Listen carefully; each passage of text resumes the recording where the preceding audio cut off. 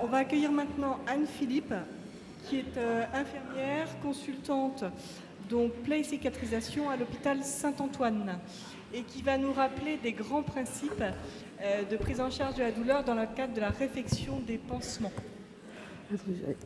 Bonjour à vous tous. Alors c'est vrai que quand j'avais vu le thème douleur aiguë, je dis ouais, quoi de neuf? Il n'y a pas vraiment du quoi de neuf, c'est des rappels de base et peut-être des choses auxquelles on ne pense pas. Alors introduction, je vois que j'ai oublié le T. Introduction à la plaie. La prise en charge du patient, elle est globale et quand j'ai préparé ce topo, je me suis dit je pourrais parler de la plaie sans parler 15 minutes sans parler d'aucun pansement, tellement que la prise en charge avant est très importante. La plaie du patient, je distingue deux choses, l'environnement et la plaie. L'environnement, on ne peut pas soigner une plaie tant que vous ne connaissez pas l'étiologie de la plaie. Que ce soit dans l'ulcère, dans l'escarre, surtout dans l'escarre talonnière, des choses même en oncologie, il est important de savoir d'où vient la plaie, quelle est son étiologie. Les dispositifs médicaux, ils sont énormes. Vous devez avoir beaucoup de laboratoires qui passent vous voir. Il faut savoir qu'il faut bien distinguer leur pouvoir d'absorption, leur pouvoir de rétention, leur pouvoir d'hydratation. Le geste technique aussi est à acquérir au fur et à mesure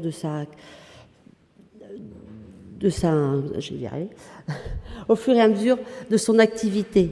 Et puis la globalité du soin, connaître le patient, quel est l'objectif du soin, on va le voir ensemble. Alors bien sûr, ces deux éléments sont complètement indissociables. On va d'abord prévenir le patient. On a beaucoup parlé ce matin du patient, de l'impliquer dans le soin, prévenir. C'est sûr, peut-être que ça nous fait 2 allers-retours dans la chambre, mais de dire dans 5 minutes, dans 10 minutes, je passe vous voir, on va faire le pansement. On va essayer de faire au maximum un environnement calme. Fermer la fenêtre, bien fermer la porte, qu'on n'y ait pas non plus de 36 000 personnes peut-être dans la chambre, et de voir comment le patient veut s'installer. Évaluer bien sûr sa douleur, mais ça, je n'y reviendrai pas, je pense que ça se fait. Ne pas rejeter la douleur du patient. On ne sait pas pourquoi. Le patient, peut-être aussi, des fois, on le voit, il s'est négligé, n'est pas venu avec sa plaie, que ce soit par exemple en plaie diabétique, ne l'a pas senti à cause peut-être d'un problème neuropathique, ça peut être une plaie cancéreuse où la patiente n'a pas voulu se prendre en charge de suite. On n'a pas à rejeter la douleur qu'elle est actuelle. Il faut prendre le patient dans sa globalité. La bonne installation du patient, mais aussi du soignant. Combien de fois j'arrive dans les chambres, je vois l'infirmière pliée en deux, et je lui dis « Mais pourquoi tu montes pas le lit? J'ai pas le temps. » Non, prends-toi 10 secondes, monte le lit, tu seras nettement mieux, installe-toi, assis-toi. S'asseoir pour faire un soin n'est pas interdit. Donc prendre un tabouret, bien s'installer, vous ferez beaucoup moins mal que d'essayer d'avoir un geste rapide pour gagner du temps.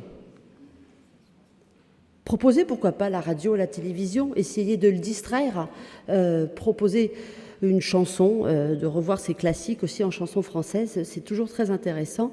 Et ça participe, le patient, il dit oui, moi j'aime bien tel chanteur, et on commence à chanter pour pouvoir défaire, l'installer tranquillement.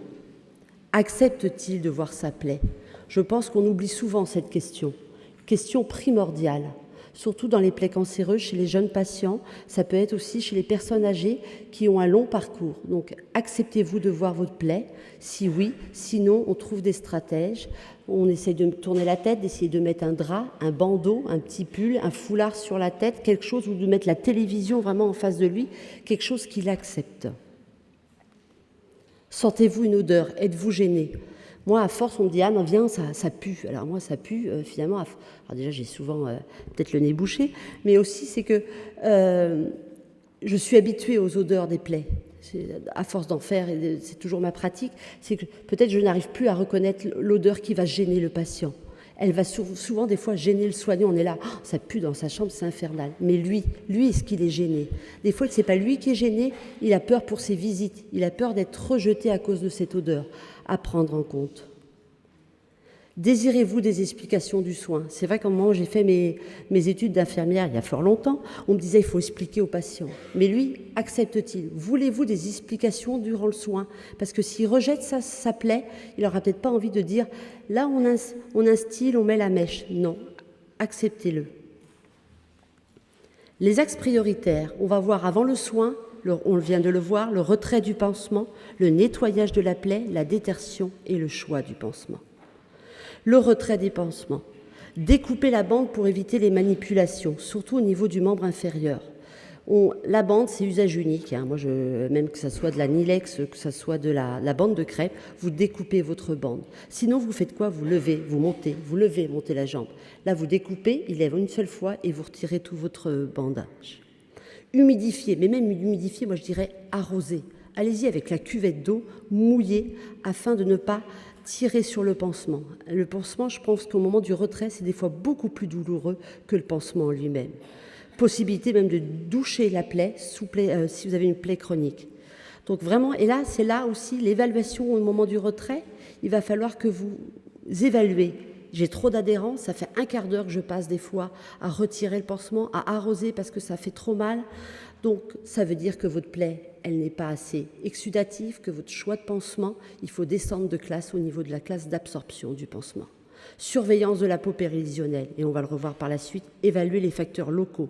Est-ce qu'il y a une infection? Est-ce que c'est une rougeur, une douleur, une ischémie, un exsudat, un œdème, une intolérance du pansement? Ça le gratte. Et puis, vous voyez, il y a 2 pansements qu'on utilise souvent dans les hydrocolloïdes, qui est cette photo-là, on tire toujours au niveau tangentiel et jamais au niveau perpendiculaire. Il faut casser la fibre. Et puis ces fameux tégadermes, ces films de polyuréthane qu'on utilise très souvent, même pour les perfusions, il faut le tirer au niveau tangentiel et pas perpendiculaire. Vous cassez la fibre, vous faites nettement moins mal.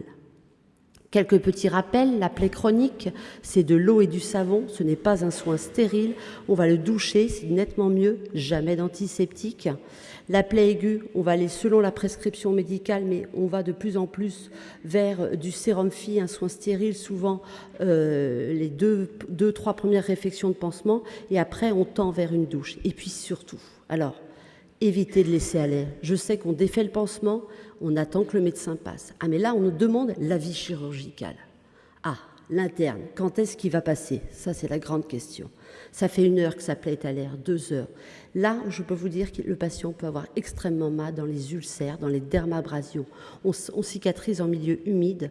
Donc surtout, prenez un américain, mettez plein de sérum Phi, vous mettez l'américain sur la plaie et vous attendez le passage du fameux interne qui n'arrivera peut-être qu'à 22 heures. Donc moi, je vous dirais, au bout d'1 heure ou 2, refaites le pansement, refaites peut-être quelque chose de simple, mais qu'on garde ce milieu humide, on évitera de la douleur. La détertion. Alors, toute plaie ne se déterge pas. Moi, je vois beaucoup de plaies chroniques. On a la détertion lors d'une nécrose, d'une fibrine. On fait avec un accord médical. On va aller voir l'objectif de ce soin. On va nettoyer, on va faire une anesthésie locale. Alors, je sais qu'on utilise beaucoup l'EMLA, mais la xylocaïne, même si elle est hors AMM, elle agit très bien et on peut respecter ce temps de pause. La détorsion par curette ou bistouri, prendre le matériel avec lequel vous n'êtes pas à l'aise. Si vous n'êtes pas à l'aise, prenez plutôt une classe de pansement qui va faire une détertion autolytique de votre plaie. Il y aura peut-être à un moment donné un geste à faire, mais peut-être qu'une dans l'équipe de votre collègue va pouvoir faire ce geste de détertion. À savoir que normalement, même s'il n'y a pas de réglementation stricte en France, au niveau de la nomenclature, le bistouri reste un acte médical. Alors dans ces cas-là, on ne ferait plus de détertion. J'entends déjà là, voilà, ça se soulève. Non, on le fait aussi, à savoir que si vous n'êtes pas à l'aise, si vous débutez, commencez par une curette. Savoir s'il y a urgence ou non à déterger. C'est vrai que nous, en tant qu'infirmières, on veut que ça soit propre, que ça soit beau, que ça se bourgeonne. On est cool. Hein. S'il ne va pas bien au niveau respiratoire, la détertion de l'ulcère, on va attendre un petit peu. Le choix du pansement. Alors là, on sent souvent les équipes isolées face au vide, alors on est face au placard, et puis on se dit qu'est-ce qu'on prend? C'est vrai que c'est parti pour un tour, il y a une nouveauté, il y a un labo qui est passé, qu'est-ce qu'on fait? Non, les médecins ne sont pas formés au pansement, hélas, et puis nous dans notre formation, et même là je trouve que ça se détériore au niveau de la formation infirmière, les cours ne sont plus obligatoires, mais c'est un autre sujet, on est de moins en moins équipés face à ça. Alors le choix du pansement, il va se faire selon un projet curatif. On va respecter le bourgeon, on va être dans l'objectif positif de combler ses plaies. Palliatif, on va respecter surtout le patient, la douleur, l'odeur, l'infection. Et puis même s'il y a des recommandations de l'HAS, moi je dirais dans le palliatif, faites comme lui, il le ressent, et faites comme s'il est bien avec 2 couches de pansement qu'on ne doit pas superposer, mais faites-le, parce que c'est son confort. Cicatrisation au milieu humide, je le répète, c'est M. Winter avec ses petits cochons dans les années 60. On cicatrise en milieu humide surtout. Pour choisir, on a les plaies et la berge. La peau périphérique, on le voit très bien ici, c'est complètement macéré, il va falloir changer votre pansement. Le lit de la plaie, il faut l'évaluer. Il ne faut pas l'évaluer juste là. Vous voyez tout ça là? Tout ça, c'est du décollement. C'est-à-dire que souvent, on y va avec le doigt et on va aller évaluer votre profondeur et l'exsudat. Cette peau périphérique aussi, moi, je la compare à une baignoire. Quand la baignoire, c'est la plaie, quand elle déborde, ça fait plein de dégâts et c'est très douloureux. Vous avez des peaux mortes, ça peut être des fois, on aime bien hydrater, mais il faut penser que la vaseline, ça se retire après. Parce que alors après, vous avez une petite couche et puis ça pèle. La peau macérée, pansement, pas assez absorbant, vous changez de famille de pansement. Pustule, prurite, avis médical, on est peut-être face à une dermatose érosive, il faut mettre des corticoïdes. Les flictènes, bandes de rougeur trop serrées, attention aux allergies, rougeur, douleur, avons-nous une infection? Alors on pourrait passer des heures à vous parler des classes de pansement qui existent, du moins au plus absorbant. Je vais vous parler de 3 classes vite fait. Les hydrocellulaires, vous savez qu'il y en a avec siliconés, non siliconés, avec des hydrofibres par-dessus. Je dirais les hydrocellulaires ont fait une énorme avancée, donc prenez des siliconés si vous avez des patients à peau fragile et douloureux. Et puis aussi le pansement. Alors le pansement gras, ce fameux pansement gras, oubliez-le s'il vous plaît. Regardez, vous avez votre maille et là vous voyez, il y a de la vaseline, mais la vaseline elle n'est jamais uniforme dessus. Vous voyez les mailles, des grosses mailles? Une interface, vous voyez à peine les mailles. Ici, le bourgeon, il va se prendre. Il y avait une étude, il y a plus de vaseline dans l'emballage que sur la trame. D'accord? Donc, si vous n'avez que du pansement gras dans votre service, et je ne le souhaite pas, mettez beaucoup de vaseline avec, superposé. L'interface, il se met en simple couche. Il est soit à base de CMC carbométhicellulose ou à base de silicone, il se retire. Même la silicone, vous pouvez, si vous avez une plaie très fine, le laisser 7 jours, vous nettoyez par-dessus votre interface. C'est comme la famille des hydrogels.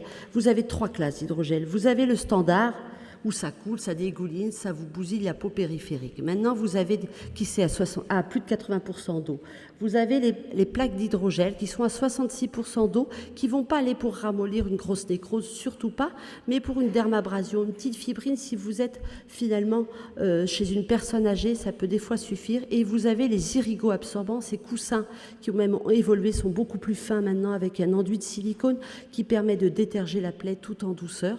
Si vous n'êtes pas... Et on attend après que le patient va mieux pour aller faire un geste mécanique. Le maintien du pansement. On évite des multitours pour faire l'effet garrot. On commence toujours en membre inférieur à la base des orteils et on va monter jusqu'aux 2 doigts du creux poplité. Pas d'adhésif sur la peau directement, surtout chez la personne âgée. Et maintenant, vous avez des sparadraps en silicone. Pensez au maintien tubulaire.